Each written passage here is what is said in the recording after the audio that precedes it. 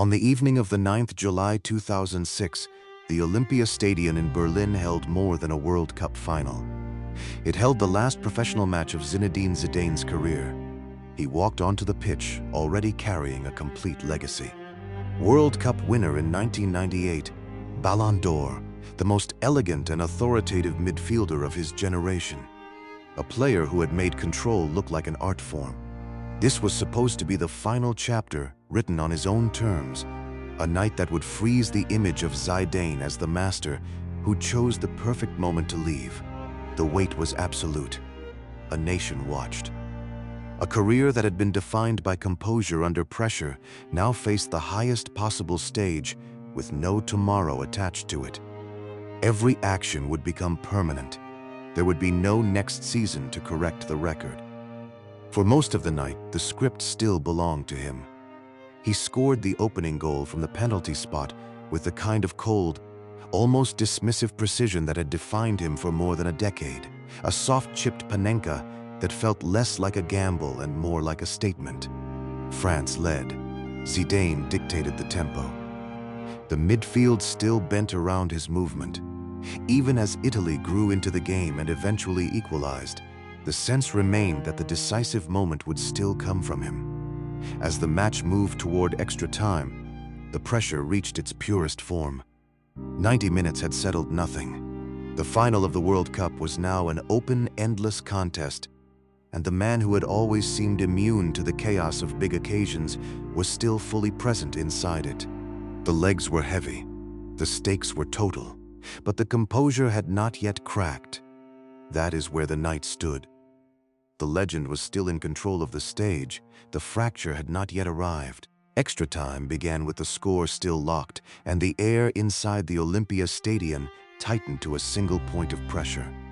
Zinedine Zidane had already delivered the performance expected of a man playing the last match of his life. He had scored, he had controlled, he had carried the weight without visible fracture. The night was still his to finish. Then came the exchange with Marco Materazzi. What exactly was said has never been settled in a way that satisfies everyone. Materazzi later claimed the words concerned Zidane's sister. Zidane has spoken, carefully and with restraint, about provocation that crossed a line he was no longer willing to absorb. The precise vocabulary remains contested. The effect does not. Something in that brief, private collision of words reached a place that 15 years of elite football had kept sealed. Zidane's career had been built on a rare form of emotional architecture. He absorbed pressure the way other players absorbed the ball, controlled, redirected, never allowed to dictate the next action. Provocation was not new to him. Racist abuse, tactical fouling, the constant physical and verbal testing that comes with being the most important player on the pitch. He had lived inside that environment for more than a decade and almost never broken. The composure was not an act. It was structural. That structure met its limit in Berlin. The headbutt itself lasted less than a second. Zidane stopped, turned, and drove his head into Materazzi's chest with a force that was both sudden and complete. There was no wild swinging, no loss of balance, no theatrical follow-through. It was precise, almost clinical in its violence. The kind of action that does not come from a man who has simply lost his temper, but from a man who has reached the exact edge of what he is willing to continue carrying. In the moments that followed, the stadium noise changed. Players converged. The referee, Horacio Elizondo, had a clear view of the aftermath, if not the full sequence. The red card was already inevitable before it was shown. Zidane did not argue. He did not plead. He stood over Materazzi for a brief second longer than necessary, then began the walk that would end his career. This was not a random explosion. Random explosions do not look like that. They are messy, scattered, full of secondary movements. What happened in Berlin was the opposite. A single, contained rupture after a career spent refusing to rupture. The same internal discipline that had made Zidane great had also created a pressure vessel. For years the vessel held. On this night, under the specific combination of a last match, a World Cup final, physical exhaustion, and words that found the one remaining soft point, the vessel failed. The psychology of the moment is what keeps the story alive. Elite athletes are trained to treat provocation as information rather than injury. Most of the time, Zidane did exactly that. The fact that he did not do it here suggests the load had finally exceeded the system designed to manage it. Whether the words were about family, pride, or something more calculated, they arrived at the precise moment when the body was depleted and the career had no future left in which to recover. There was no next match in which to restore the image.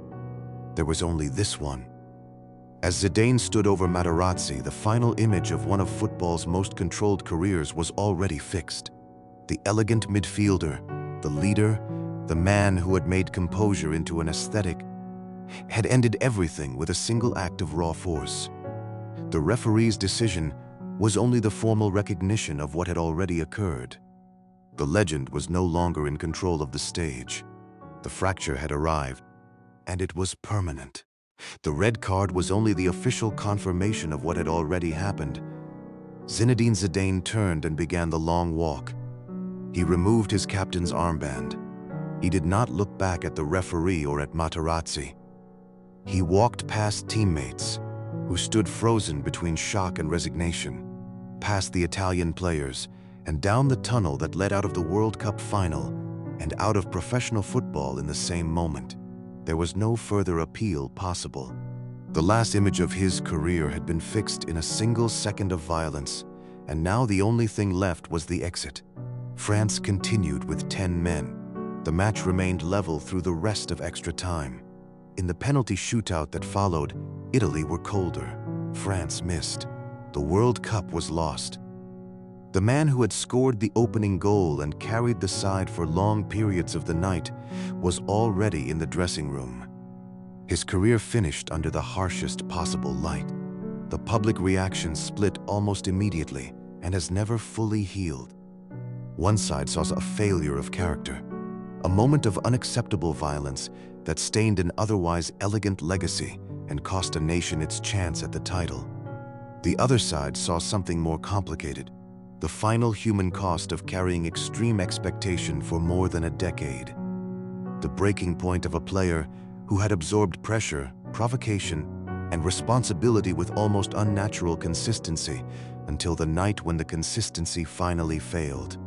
Both readings remain alive. Neither has managed to erase the other. What keeps the story unresolved is the moral ambiguity at its center. Zidane had built a career on control.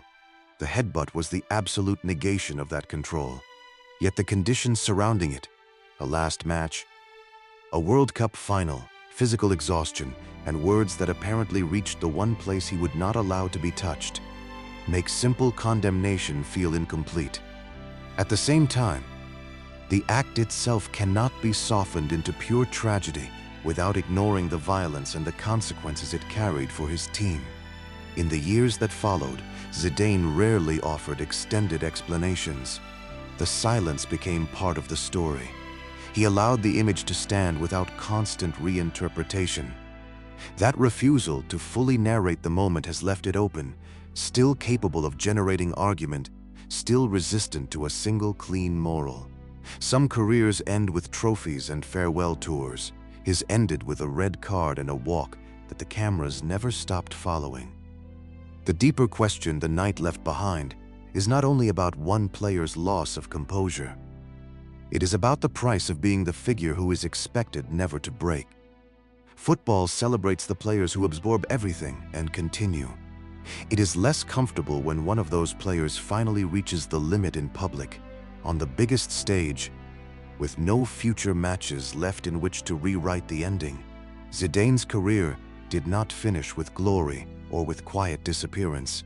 It finished with a single rupture that the world has never fully agreed how to judge. And in that unresolved space, the story remains alive.